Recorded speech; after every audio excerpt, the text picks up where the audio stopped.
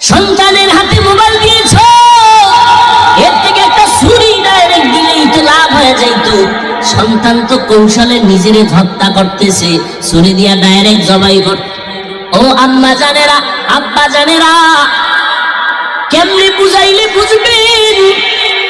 আল্লাহ তাআলা এত সম্মান আপনাদের দান করেছেন, সারা জিন্দেগি বয়ান করলে শেষ হবে না রে আম্মা জান। আপনারা নবীদের মায়ের মতো মা, সাহাবায়ে কেরামদের মায়ের মতো মা, আলেমদের মায়ের মতো মা, আপনারা খাদিজা রাদিয়াল্লাহু আনহার মতো নারী, আয়েশা রাদিয়াল্লাহু আনহার মতো নারী, ফাতেমা রাদিয়াল্লাহু আনহার মতো নারী, এত সম্মান আল্লাহ আপনাদের দান করেছেন। আম্মা জানেরা, আপনাদের মতো দামি জমিনে আর কোন নারীরা নাই।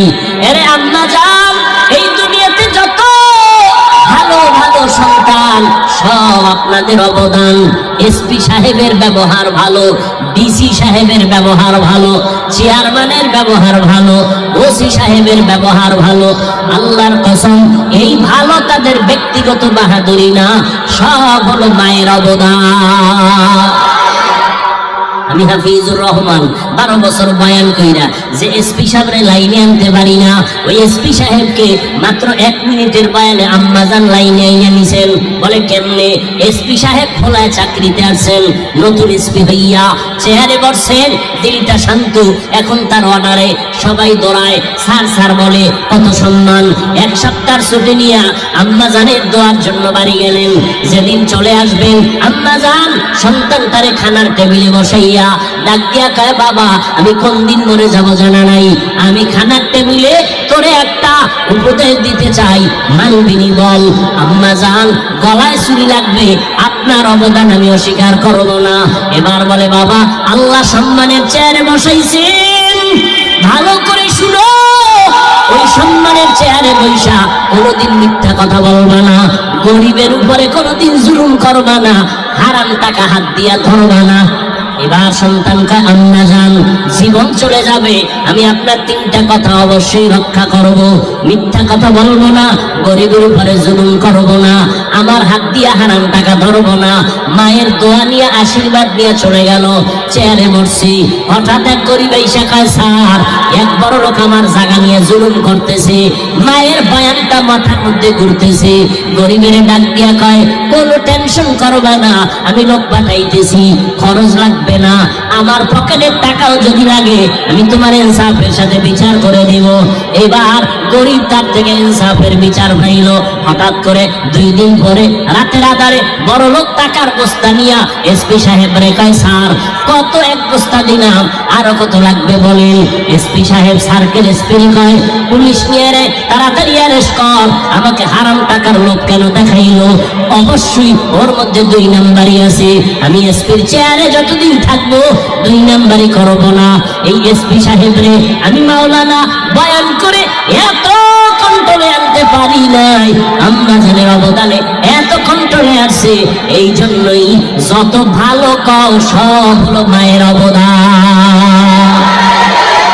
এরে আম্মা জানেরা, আপনার স্বামী চাকরি করে, যদি আপনি জিজ্ঞাসা করেন তোমার মাসে বেতন কত, 20,000, মা যদি ঘরে আসার পর যদি দেখেন 21,000 টাকা, আম্মাজান যদি জিজ্ঞাসা করি বেতন তোমার 20,000, 1,000 বাড়লো কেন?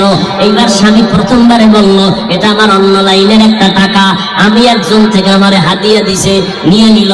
দ্বিতীয় মাসে আবার দেখে বাড়তি, স্ত্রী আবার প্রশ্ন করলো, স্বামী 20,000 টাকা বেতন, বাড়তি 5,000 কেন? এইভাবে যদি একটা মা স্বামীকে বারবার অনিং দিতে থাকে, ওই স্বামী জীবনে কোনোদিন সুদের টাকা ঘরে আনবে না।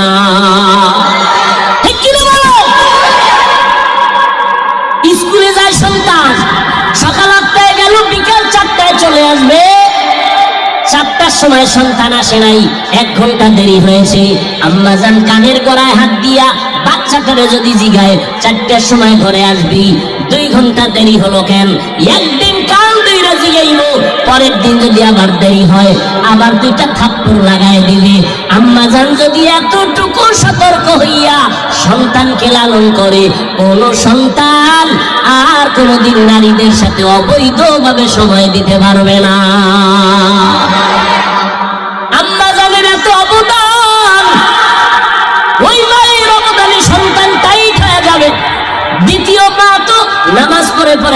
আদালতে দোয়া করবেন।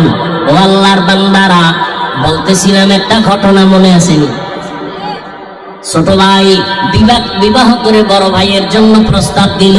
সম্ভ্রান্ত পরিবার, বড় ভাই ডাক দিয়ে কয়, টাকাওয়ালা সুন্দরী মেয়ে চাই না।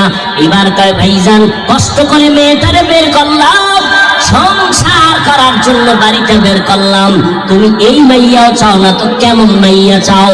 এবার বড় ভাই কয়, আমি এমন একটা মাইয়া আমার জীবনের আপন বানাইতে চাই।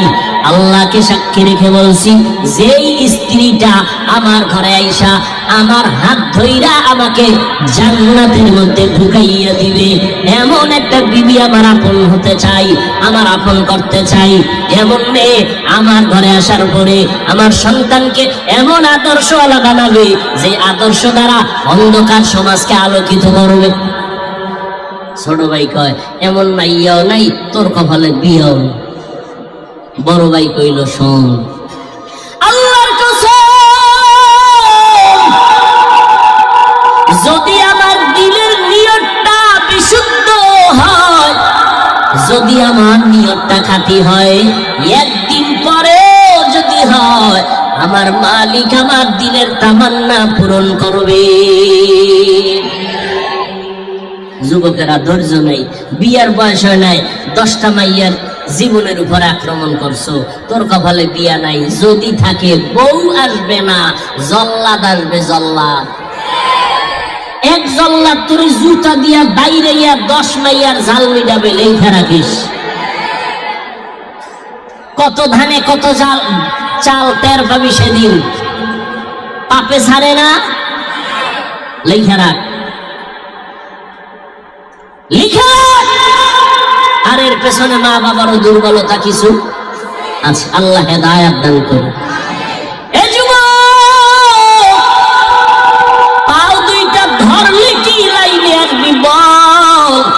আল্লাহর সাক্ষী রেখে বলে, আমি নিচে নাই না, তোর পাও ধরতে না।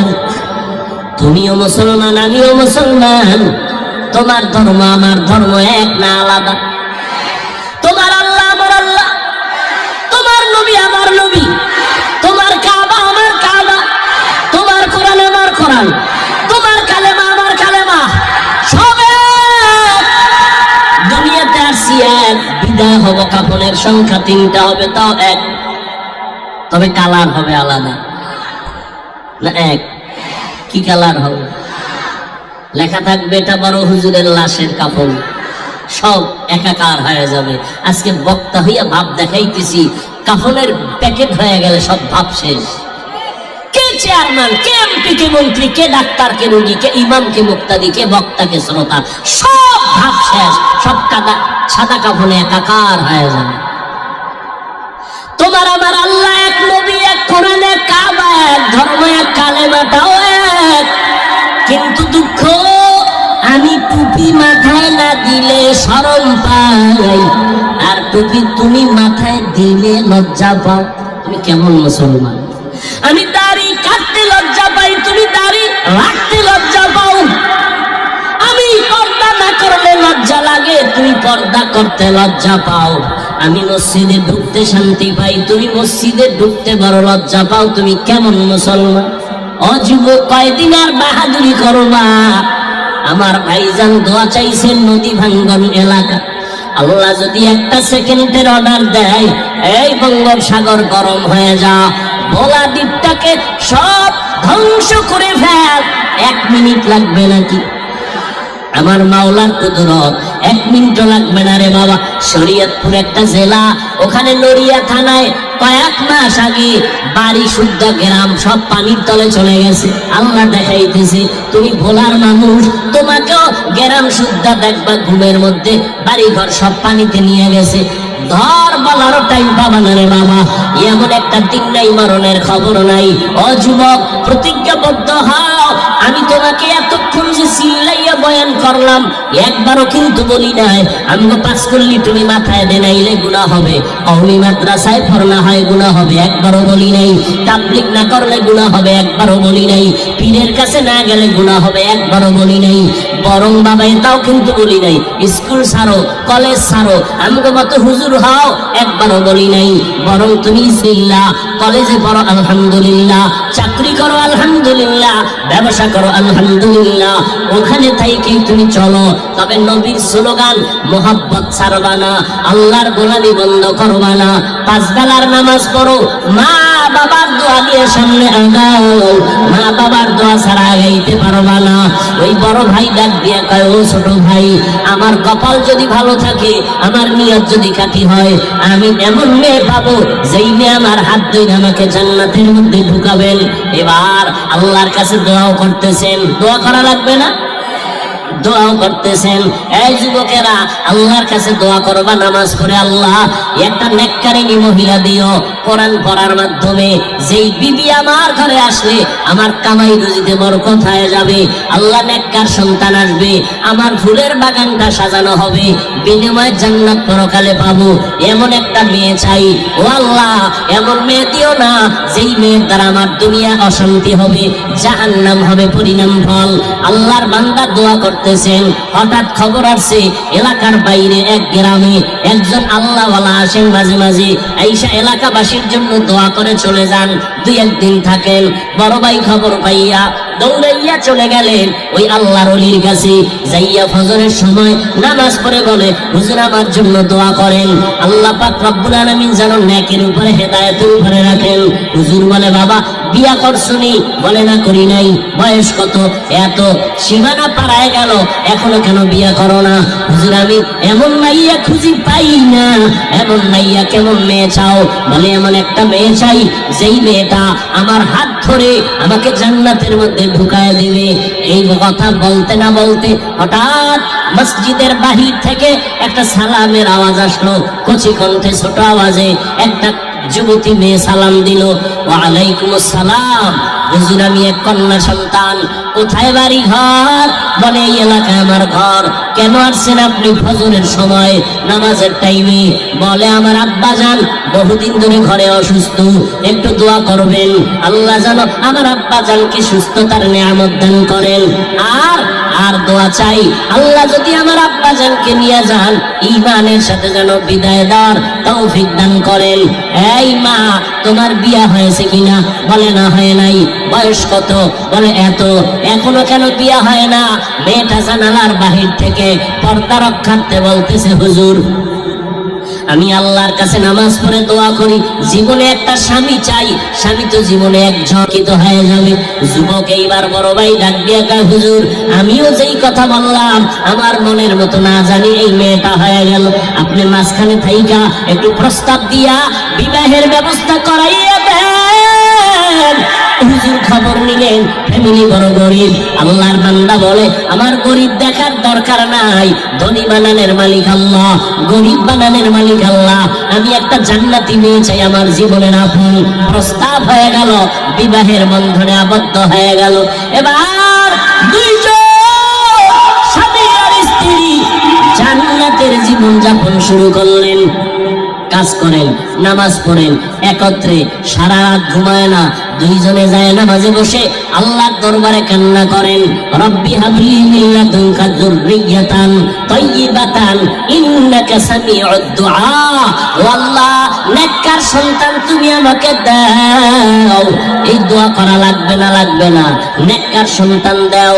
কয়জন বাবা নেককার সন্তানের জন্য দোয়া চাইছেন, বিয়ে করছেন, সেখানেও যাচাই করলেন না, মাইয়াটা বউ বানাবেন যারে কোরআন পড়তে পারেনি, আনছেন ঠিক আছে ঘরের মধ্যে, আনার পরেও তো মাওলার কাছে বলেন নাই, ও আল্লাহ নেককার সন্তান দাও। আল্লাহ তো দোয়া শিখাই দিয়েছেন, নেককার সন্তানের জন্য দোয়া করো, রব্বি হাবলি মিন লাদুনকা যুররিয়াতান তাইয়্যিবাতান ইন্নাকা সামিউদ দুআ। আবার যখন সন্তান আসবে তখন আর একটা দোয়া পড়বা মোনাজাতে, রব্বানা হাব লানা মিন আজওয়াজিনা ওয়া যুররিয়াতিনা কুররাতা আয়ুনিন ওয়াজআলনা লিল মুত্তাকিনা ইমামা। আল্লাহর বান্দা দোয়া করে, স্ত্রীও দোয়া করে, আল্লাহ একটা নেককার সন্তান দাও। দুজনের দোয়া কবুল হয়ে গেল। আর সে আজিমে আল্লাহ এমন একটা সন্তান তাদের দান করেছে দিছে, দুজন আদর্শ দিয়া সন্তানকে লালন পালন করায়। মদিনার নবীর আদর্শ, সন্তান যখন দুনিয়াতে আসবে ডান কানে আজান দাও, বাম কানে একামতের আওয়াজ শুনে দাও। আজকে বাঙালিদের জানাই নাই যে আজান আর একামত কানে দেওয়া লাগে। যাও দিত হসপিটাল ওয়ালারা সব জবাই করেছে, লেখছে ইসলামী হসপিটাল, ইসলামী। ওখানেও কিন্তু সিজারে বাচ্চা হবে, আজান একামত দেওয়ার কোনো মুয়াজ্জিনের সিস্টেমই নাই। মা বাবা জানেই না যে সন্তানের কানে আজান একামত দেওয়া লাগে, জানেই না। 7 দিন যখন হবে, 7 দিনের দিন সন্তানের চুল কাটো, একটা সুন্দর নাম রাখো। সন্তানের নাম রাখবা সুন্দর, বৃষ্টি, হাসি, খুশি, তুফান। সন্তানের নাম নদী, সাগর, হৃদয়, সবুজ, গম্বুজ। হাসেন আপনারা? একটা বিধর্মীর ঘরে আব্দুর রহমান আছে, রহিমা নামের কোন মেয়ে আছে, আর বেহায়া বেলাজা মুসলমানের ঘরে ঘরে বেঈমানের নাম। অথচ সহিহ হাদিস নবী বলেন একটা নাম যদি ইসলামী হয়, কিয়ামতের দিন আল্লাহ শুধু নামের বরকতে জান্নাত দিয়ে দেন। স্বামী আর স্ত্রী দোয়া করছেন, আল্লাহ নেককার সন্তান দাও, দিছে। আজান ডান কানে বাম কানে কামত, সুন্দর একটা নাম আল্লাহ রাখার তৌফিক দিয়েছে। নামটা আমি সবার শেষে বলবো, তোমরা গুগলে সার্চ দিয়ে দেখবা কত সুন্দর নাম। যুবকেরা এমন সুন্দর নাম রাখলেন, আদর্শওয়ালা বানাইতেছেন। মা ইমাম গজালি, বিশ্ববরেণ্য দার্শনিক, বড় বুজুর্গ আল্লাহওয়ালা, তিনি বলেন প্রত্যেকটা বাচ্চার জন্য মা হলো প্রাথমিক শিক্ষিকা। মা যা শিখাবে সন্তান তাই শিখবে। এরে আম্মা জান, আমি হাফিজুর রহমান অহংকারীর জন্য বলি না, বুঝাবার জন্য বলি। ছোটবেলা আম্মাজান কোরআন শিখাইছেন, ছোটবেলার থেকে আম্মাজান আমাকে গজল শিখাইছেন। সেই ছোটবেলার থেকে গজল শিখছি, আম্মাজানের সেই গজল শিখতে শিখতে বড় হয়েছি। হে খোদা দয়াময় রব্বুল আলামিন,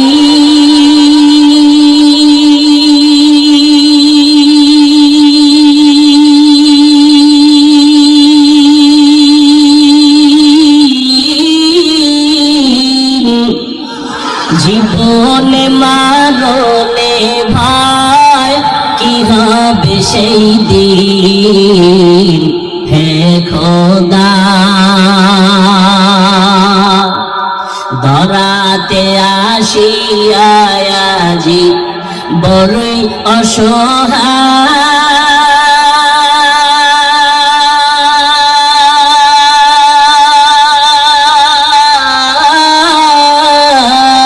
অসহায়, ইহকালের মায়া জালে অন্ধ যে সবাই।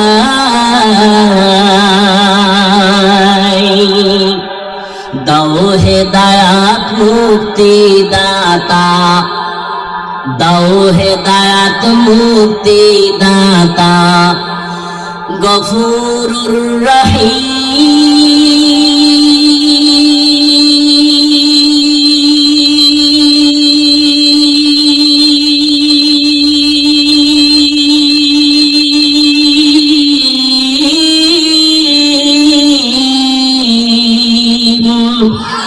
জীবনে মারণে ভাই কি হবে সেই দিন। হে খোদা, হে খোদা দয়াময় রব্বুল আলামিন,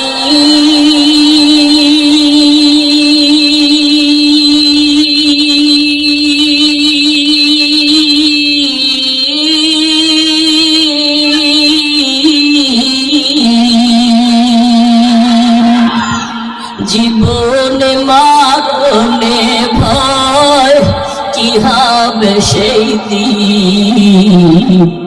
হে খোদা, আল্লাহ আপনাদের কাছে দোয়া চাই, আমার আম্মাকে আল্লাহ সুস্থতা দান করেন, অনেক অসুস্থ। আল্লাহ দীর্ঘ নেক হায়াত দান করে। এরপর দাঁড়ালেন আম্মা জানেরা,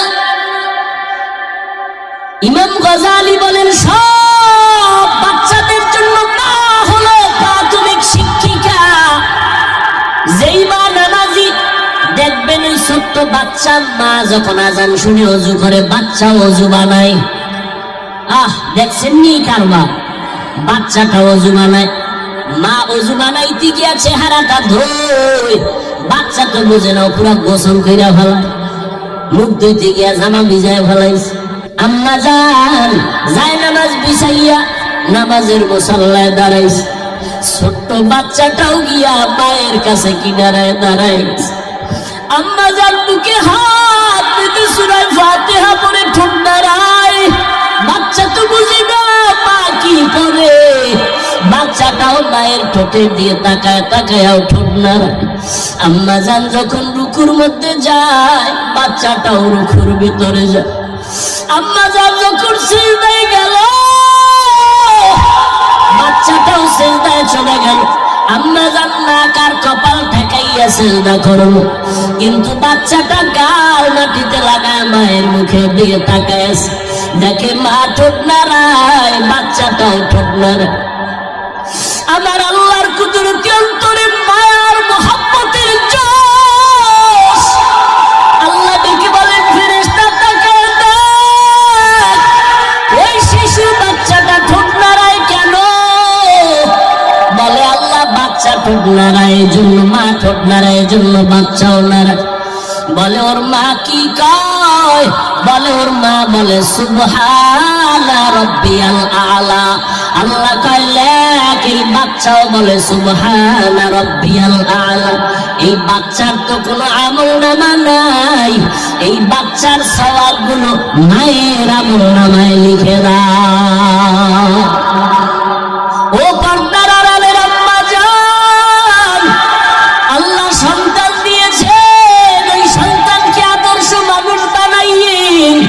ডাক্তার বানাবেন বাধা নাই, তবে কোরআন আদর্শের ডাক্তার বানায় যাইয়েন। সন্তানের ব্যবহারে যেন আলেমরা কষ্ট না পায়, সন্তানের আচরণে যেন মুরব্বীরা কষ্ট না পায়, সন্তানের ব্যবহারে যেন কোনো বন্ধু বান্ধব কষ্ট না পায়। আম্মা জান একদিক দিয়ে সন্তানকে বুঝাবেন, আবার নামাজ পড়ে দোয়াও করবেন। এরে আম্মা জান আল্লাহর কাছে দোয়া করলেন, সন্তানকে আদমওয়ালা বানালেন। নবীর আদর্শে সন্তান বড় হয়ে গেছেন। ওই স্বামী আর স্ত্রী দোয়া বন্ধ করে নাই। একদিক দিয়ে বুঝায়, খানার বেলায় দস্তারখানে আমল শিখায় দিলেন, হাত কেমনে ধুইবে শিখাইলেন, সুন্নতের আমল শিখায়। আস্তে আস্তে সন্তান বড় হয়ে গেল। আল্লাহ তাকে এমন ক্ষমতা দান করলেন, সিরিয়ার জমিনের মধ্যে জালেমের আক্রমণ, মিশরের জমিনের মধ্যে জালেমের আক্রমণ। ওই স্বামী আর স্ত্রীর মাঝে আল্লাহ এত মুসলিম নববীর আদর্শ দান করেছেন। ওই আদর্শ সন্তান পাইয়া এমন আলোকিত হয়ে গেল, মিশরটাকে বিজয় করে নিলেন, সিরিয়ার জমিনটাকে হাতের মধ্যে নিলেন। মসজিদে আকসা, বাইতুল মুকাদ্দাস, যেখানে জালেম ইহুদিদের আক্রমণ, ইসরায়েলিদের আক্রমণ, ওই সময় জালেমদের আক্রমণ থেকে মসজিদে আকসাকে হাতের মধ্যে নিয়ে নিলেন। মুসলমানের উপরে জুলুম নিপীড়ন বন্ধ করায় দিলেন।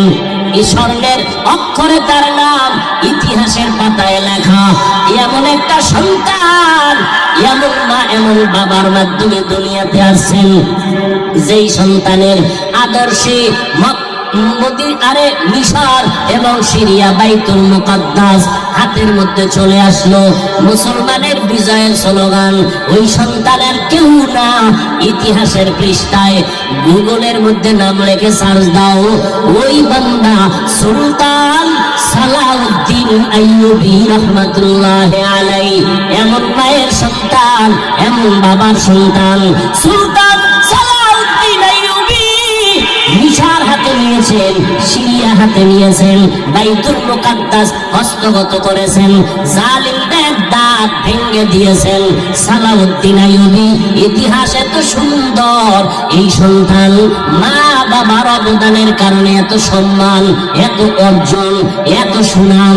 ও মা বোনেরা, ও যুবকেরা, এখনো সময় আছে। গহেলায় হারাইয়া কতদিন কাটাইবা, মাওলা দরজা খুলে রাখছেন, তওবা করো।